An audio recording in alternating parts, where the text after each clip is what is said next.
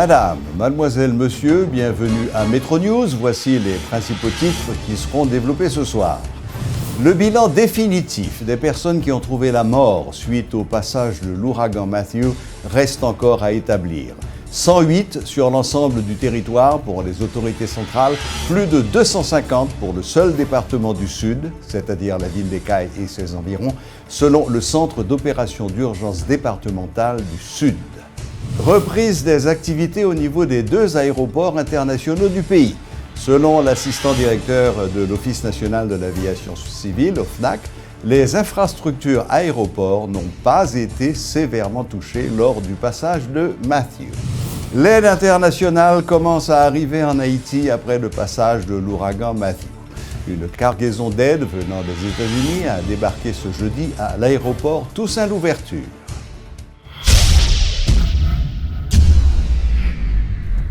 Le bilan partiel du passage de l'ouragan Matthew sur Haïti continue à s'alourdir. Désormais, on parle de près de 110 morts. Lors d'une conférence de presse conjointe entre le président Jocelyn Privert, son premier ministre, Enex Jean-Charles, et des responsables de la protection civile, qui s'est tenue ce jeudi au Palais national, les autorités ont fait le point près de 2 jours après le passage du cyclone. La situation est catastrophique. Il y a des villes, nous ne pouvons pas décrire l'état que nous voyons. Je ne voulais parler sans pas oublier important, Petite Rivière de Nip, Léogane, Jérémie, Dame-Marie, Anse-Deno, les Anglais, Tiburon, Port-Salut, la ville d'Écailles. Nous parlons Dame-Marie, nous parlons Port-Salut, les Anglais et Okaï. On a rencontré responsables comité local protection civile, on rencontré autorité locale, on nous ouais avec propres yeux nous état désastre et qui réponse que nous devons porter pour nous combler attente population. J'aimerais dire la situation est critique, les dégâts sont en train d'être évalués pendant que nous avons apporté réponse urgente à besoin urgent population en termes de côté pour abriter, pour nous porter de l'eau potable, pour nous porter médicaments, pour nous empêcher tout que choléra ne pas gagner trop, que nous contrôler pour ne pas mettre abcès sous clou. En même temps, il faut nous penser à penser plaire, penser plaire, réouvrir route pour assistance qui arrive dans tout coin pays. Pour journée aujourd'hui, il y a des côtés, même hélicoptère pas atterri pour porter assistance. Même à ces bateaux qui t'a dû aller. Donc c'est ça qui fait que il y a un pile partenaire étranger pays d'Haïti qui propose nous assistance, que ce soit en avion, en hélicoptère, en bateau, assistance matérielle, en médicaments, en l'eau, en tôle, en planche, pour nous rapidement nous porter réponse à besoin population. Pour les 10 départements géographiques du pays, nous avons déjà enregistré 108 morts. Et en pile là-dedans, c'est des gens qui mourent dans le monde. C'est ça que c'est seulement hier soir, nous avons commencé à joindre l'information. C'est des gens qui mourent dans le monde. Et dans l'ouest, il y a 34 morts. Dans le Grand Danse, 38. Dans le sud, 26. Dans le nord-ouest, il y a un seul. Dans la Tibonite, 3. Dans le Nip, 3. Dans le sud-est, 3. Et quant à pour les gens que n'ont pas considéré comme des gens qui disparaissent, nous gagnons 3. Pour les gens qui sont blessés, nous avons enregistré jusqu'à date 27 personnes qui sont blessés. Et gagnons une quantité de gens que nous évacuons qui dépassait déjà la 20 000, qui dépassait 20 000. Il faut que nous disions que dans le département Grandance seulement, gagnait Pour l'instant, dans la ville de Jérémy, environ 28 abris provisoires qui gagnent près de 14 000 personnes là-dedans. Il y a pile de monde qui était dans l'abri provisoire qui commençait à retourner la caille, qui commençait à reprendre le processus de réhabilitation. Pour l'instant, première réponse là, c'est d'abord question manger et médicaments. Manger de l'eau, médicaments.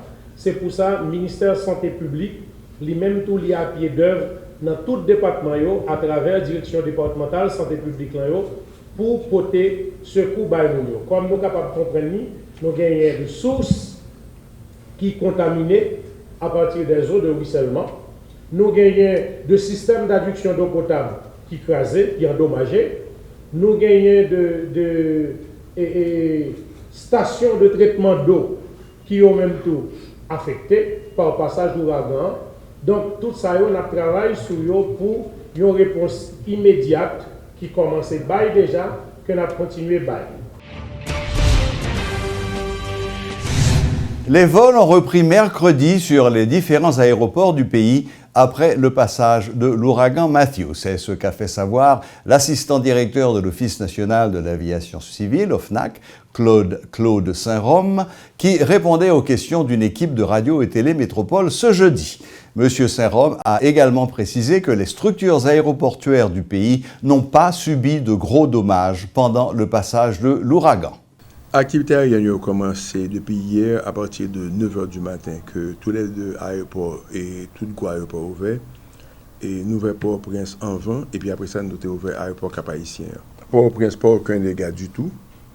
L'aéroport Cap-Haïtien, nous avons fait vérifier ça depuis le cyclone, pas aucun dommage. Moi, c'est au niveau aéroport au Kailan, que il y a toiture, certains bâtiments principaux là, toiture ça, toiture aller. Mais sur le plan de piste, tout est parfait. L'aéroport est ouvert au trafic international. Le président de la Digicel en Haïti, Martin Bout, juge qu'il serait vraiment compliqué de réaliser des élections dans la Grand'Anse actuellement. Un constat qu'il a fait après avoir effectué une visite dans ce département mercredi. Selon le responsable de la compagnie de téléphonie mobile, les structures traditionnelles utilisées dans le pays en matière d'élections ne pourraient pas être mises en place actuellement. Toutefois, Martin Bout estime possible que le scrutin se tienne dans le reste du pays, moyennant un report pour la Grand'Anse. Suivez les explications du président de Digicel, Martin Bout. Il était l'invité ce jeudi à la rubrique Le Point de Radio et Télé Métropole. Je pense que ça va être très compliqué. Donc, ou bien le CEP met en place des structures temporaires, des tentes, il trouve des endroits, des maisons en béton, à condition bien sûr que le matériel sensible n'a pas été abîmé, afin d'organiser l'élection. Le déplacement dans la région est très compliqué.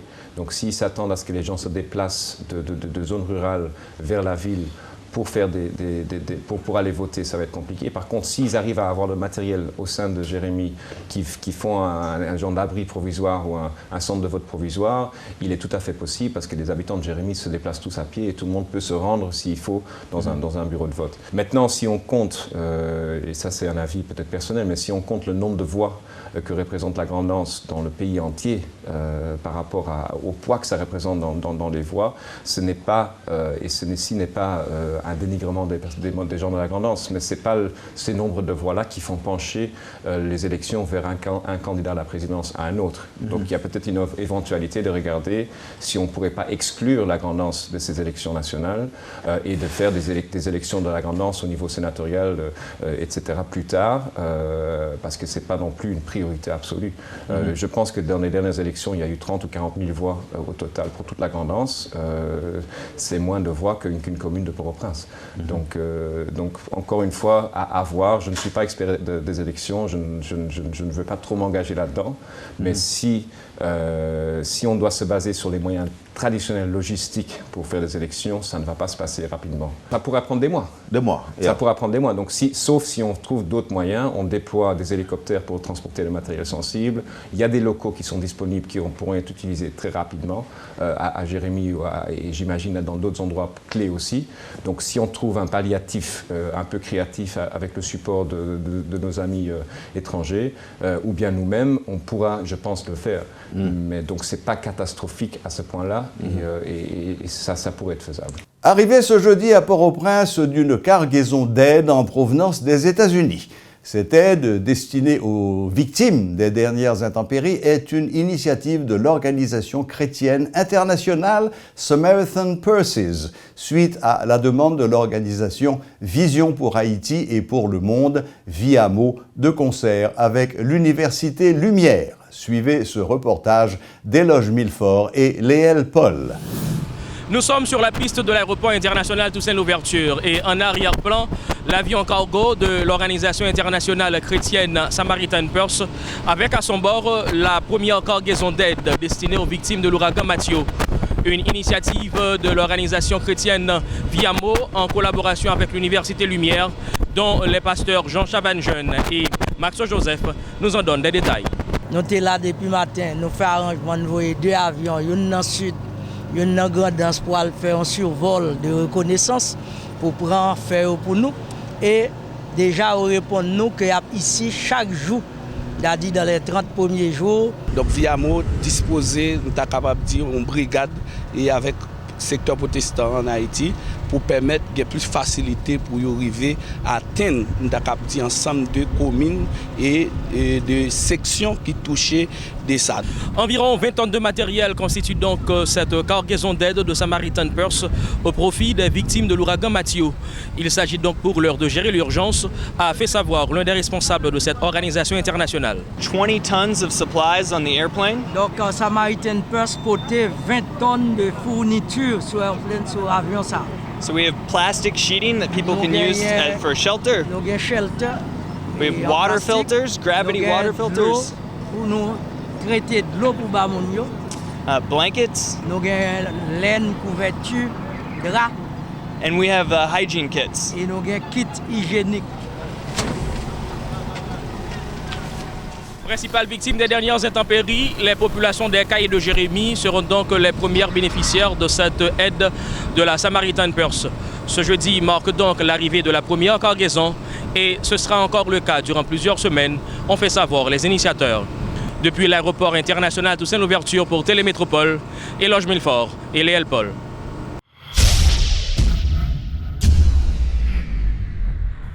Le gouvernement espagnol a promis à la protection civile haïtienne un chargement contenant du matériel d'abri, de traitement et de stockage de l'eau. Ce vol aérien, co-affrété avec le Programme mondial d'alimentation, PAM, décollera de la base logistique humanitaire du Panama. Le coût total de cette opération est estimé à 150 000 €. Il est prévu également qu'au cours des prochaines semaines, la coopération espagnole accompagne les travaux de réparation des infrastructures d'eau que devra réaliser la DINEPA. Le Bureau technique de coopération est en contact permanent avec les ONG espagnoles qui travaillent en Haïti et avec les agences de l'ONU afin de continuer à évaluer les nécessités et de pouvoir coordonner l'aide. De son côté, le gouvernement allemand annonce qu'il a mis à la disposition des autorités haïtiennes plus de 600 000 $ américains comme aide d'urgence après le passage du cyclone. Cette aide devra financer les projets exécutés par les organisations allemandes. Selon un communiqué de l'ambassade d'Allemagne en Haïti, une équipe de l'International Search and Rescue Germany est déjà arrivée au pays. Les autorités allemandes ont exprimé leur sympathie au peuple haïtien après cette catastrophe.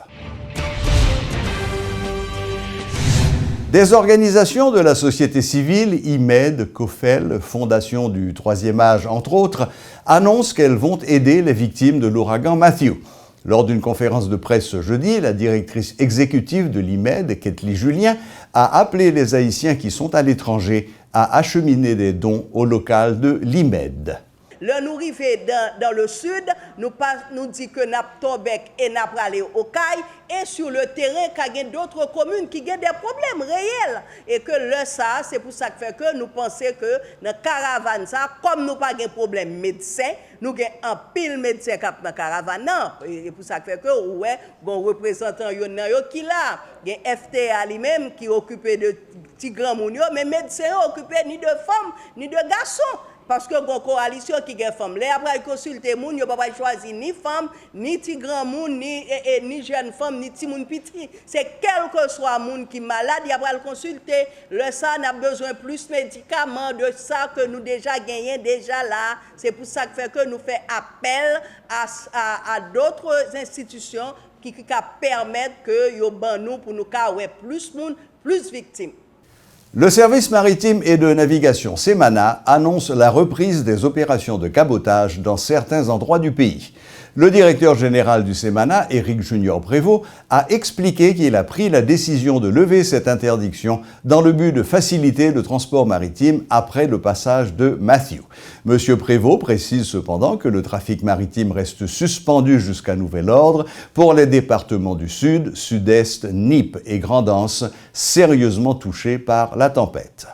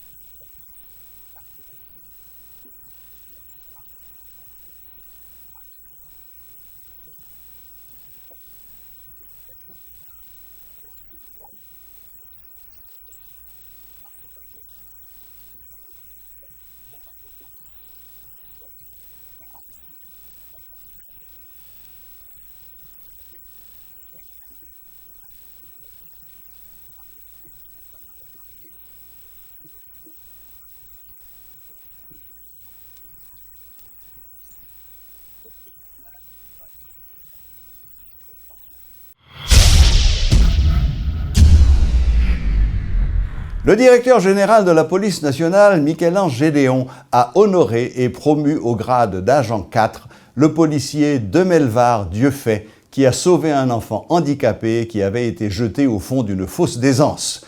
M. Gédéon a indiqué que cet agent de la PNH a été distingué pour son courage et sa bravoure. Dieufait lui-même mettait tout bonnement dans la catégorie de policiers qui marquait l'institution à travers le prouesse qu'il a réalisé. Alors, je crois que c'était vendredi, si je ne m'abuse. Oui, informé d'un journaliste que il y a un petit monde qui ont enlevé dans l'école, que on séquestré l'on côté, informé de situations ça, la police au cap te mettre en blanc à la recherche de petit monde ça. Là où vient l'information, c'est dans yon latrine que petit monde ça lui-même séquestré. Pendant des marches à fait pour nous mobiliser pompiers et autres pour être capable de descendre à la monsieur te dit nous pas de temps. Lui-même, quel que soit le prix à payer, la descendre pour la plan.